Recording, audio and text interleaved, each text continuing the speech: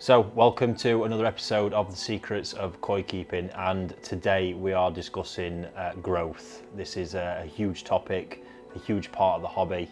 I think one of the most rewarding parts for a lot of people as well. For me personally, growing koi, raising koi has always been the bit that I've obsessed about, and as you've probably seen if you've followed a few of my videos, it's the bit that has formed a massive part of koi wholesale. And yeah, something that I'm continuously improving, looking to push the boundaries on and maximise and get the best results I can every year. So today I'm going to look to share some of those secrets with you so that you can start getting the best results possible when it comes to growing koi and really maximising the performance of your pond and everything around it. So getting started, probably one of the most, I would say the most important factor, to be honest, and the biggest secret is actually the food. Probably not expecting me to say that, but the whole thing in essence does hinge around feeding. Without the correct sort of feeding regime, feeding quantities and the right quality of diet, it's just going to be impossible to maximise the growth that you get and fulfil some of the other criteria. Right up there with growth, I would put genetics of the fish, as well as then the actual fish itself and such things as the bone structure. But the genetics can all be there, but unless you know how to eke out the potential of those genetics and the fish itself, you're not going to get anywhere, that they're going to be irrelevant. So for me, it all comes down to food, but that is oversimplifying it, in all honesty. When you actually talk about food, in order to get the best growth, you've got to feed a lot of food, and that being the right food. And when you actually start feeding a lot and feeding intensively, there's a lot that's got to wrap around that in order for it to convert into the best possible results. So yeah, I mean, while we're on the topic of food, for me, and you've probably heard me bang on about this time and time again, getting the right diet is absolutely crucial. There are a lot of good foods out there. The one I will advocate and say to me is the best koi food in the world, and probably one of the best koi products in the world, is sake hikari. I've used that exclusively now across the whole site for the past 2 years, having used it for a long time before that as well. And since then, that has been one of the changes I've made in the past 2 years that has taken the growth and koi development here to a whole another level. This stuff, that there is nothing like it in how it performs. I'm getting feeding levels in systems that I know with other foods I could only dream of without turning the water to sludge.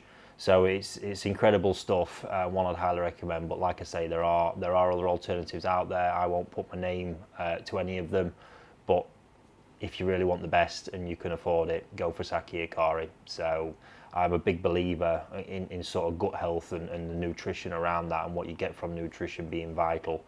And one thing, you know, that food does is it has the hikari germ, which was a specially developed bacteria that sits in the gut and helps aid digestion.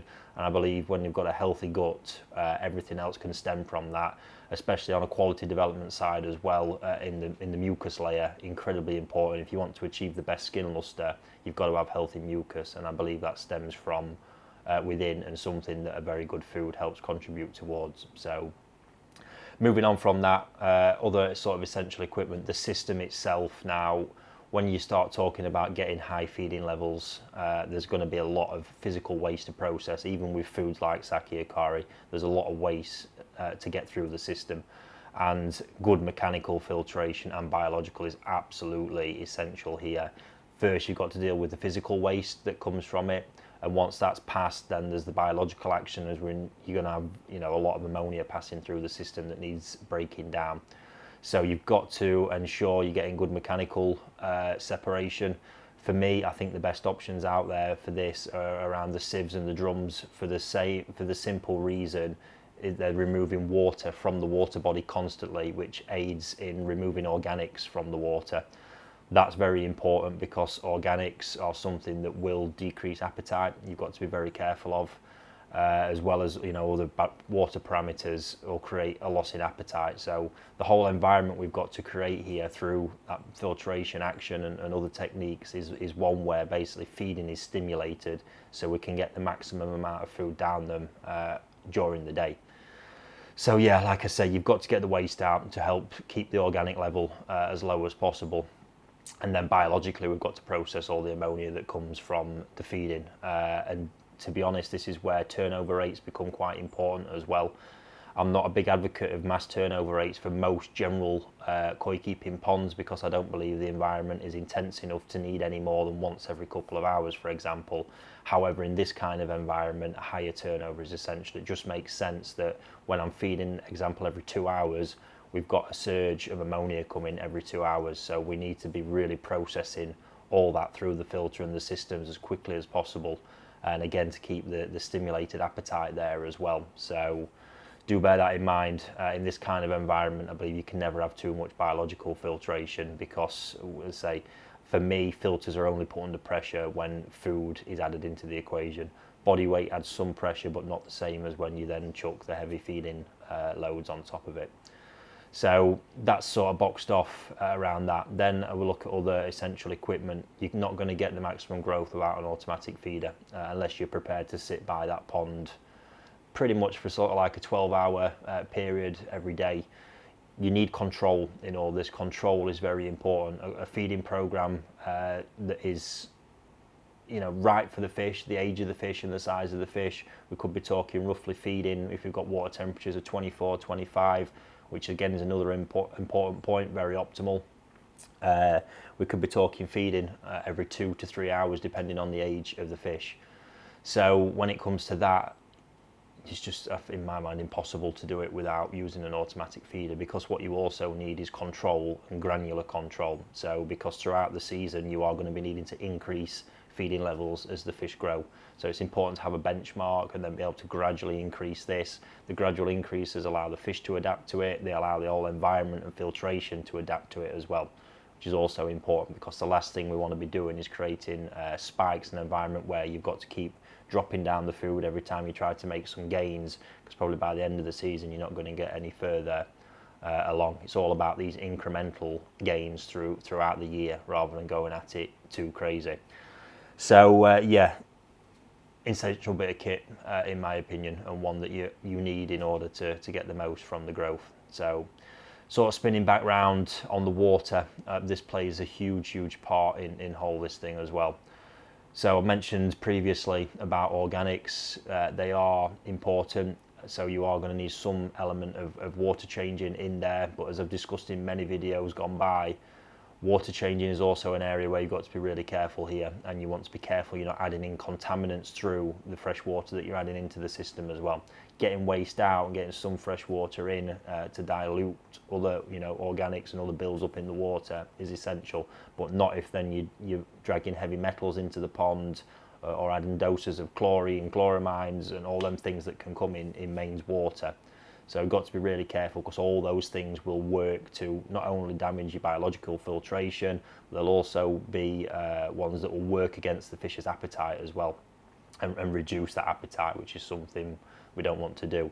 So I choose to add as little fresh water as possible and let the biological system do the bulk of the work, and let the pond find a bit of a balance. That's always when I can see we get the best growth, the best development in colour and skin lustre, is when that environment really clicks with the minimal amount of interference in it. So bear that in mind. Water changing, you do need some, but make sure it's properly purified and treated before it ends up in the pond. Otherwise it will be something that will work against you all the time. So yeah, that's covered a lot of boxes in the environment and sort of everything going on there. And then what I touched upon as one of the other sort of key factors at the beginning is the genetics of the fish.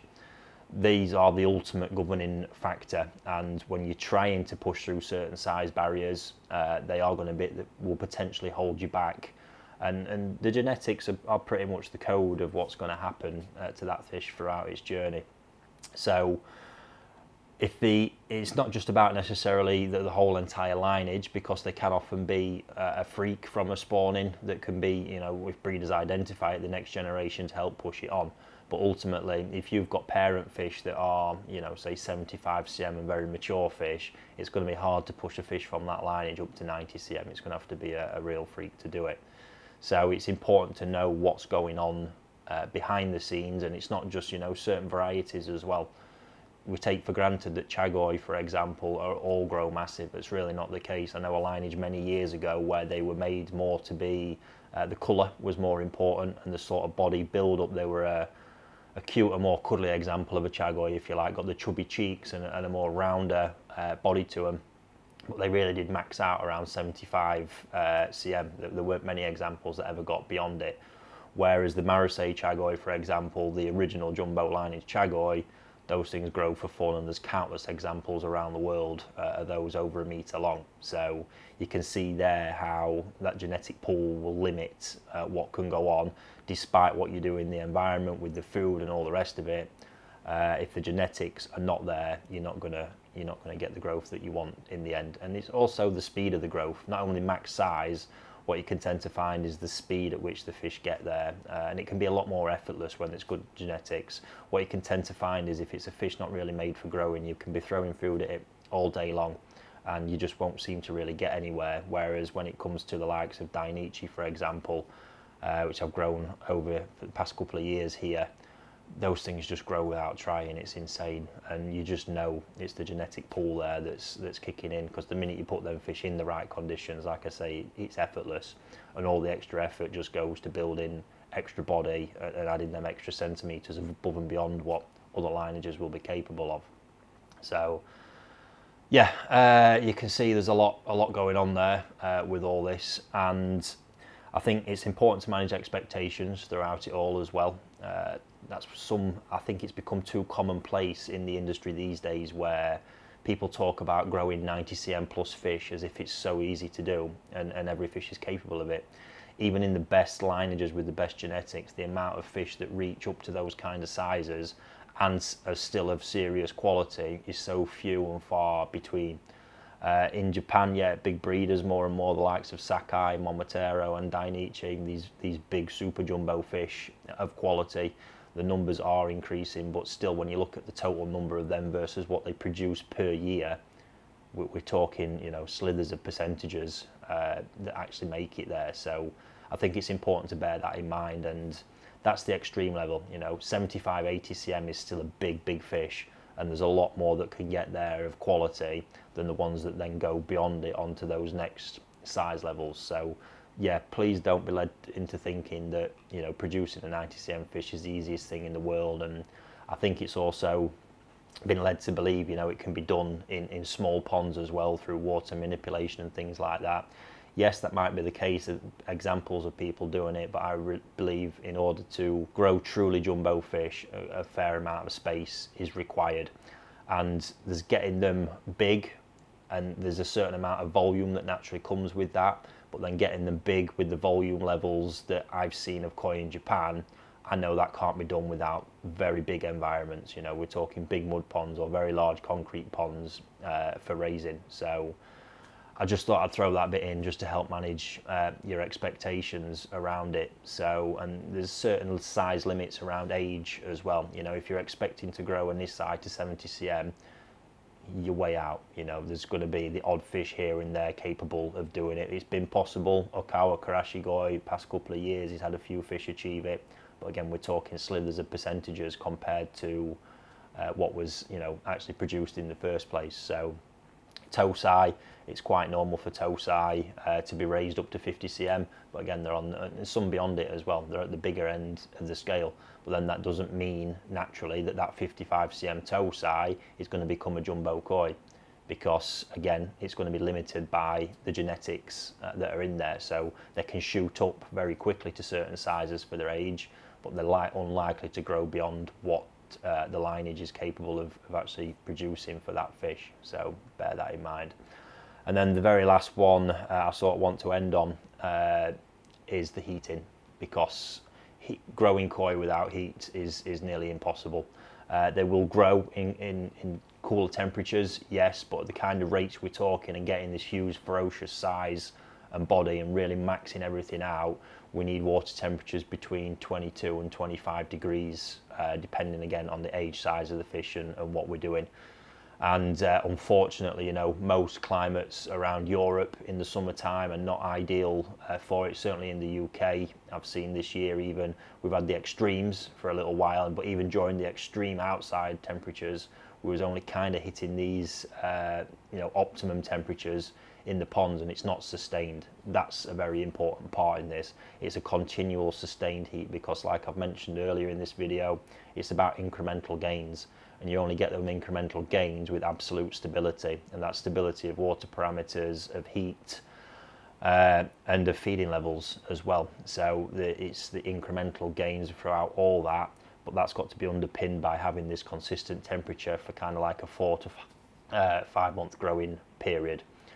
And that's probably where I'll end on with this, is that growing koi, yes, it's intense, but during the growing season, I'm not somebody who advocates growing fish hard 12 months of the year, because I believe it ages them faster, and long term for the quality, it's not very good. Grow and rest, that's the regime that I follow. Grow for that 5-6 month period, go hard intensively, build the body up, probably build the body up to a little bit over where you'd want it to be, and then rest in the winter. Ease back the food, let them burn off any excess fats, get the body back in line and conditioned, ready for the next growing season again. So yeah, quite a long one that, to be honest, and I possibly might have missed a few bits, who knows, but feel free to pop any questions that you've got in the comments, and I can answer them individually. This is really a case by case thing with fish growth, and depending what you're wanting to achieve. And it is a specialist part of the hobby, to be honest. Everybody wants their koi to do well, and in most pond setups you will do that. They will grow their koi, they're sort of programmed to do it. But if you really want to max out and raise on a professional level to the standards you see these high-end Japanese jumbo fish and show fish, then there's got to be a lot more considered in your approach to doing it. It's all achievable. You haven't just got to have a 1/4 acre or 1/2 acre mud pond in order to do this. But it's, again, managing expectations of what can be done with what you've got, and then getting the right setup in order to maximise what you've got and get the best result. So thanks for taking the time to watching, and we'll be back with another episode soon.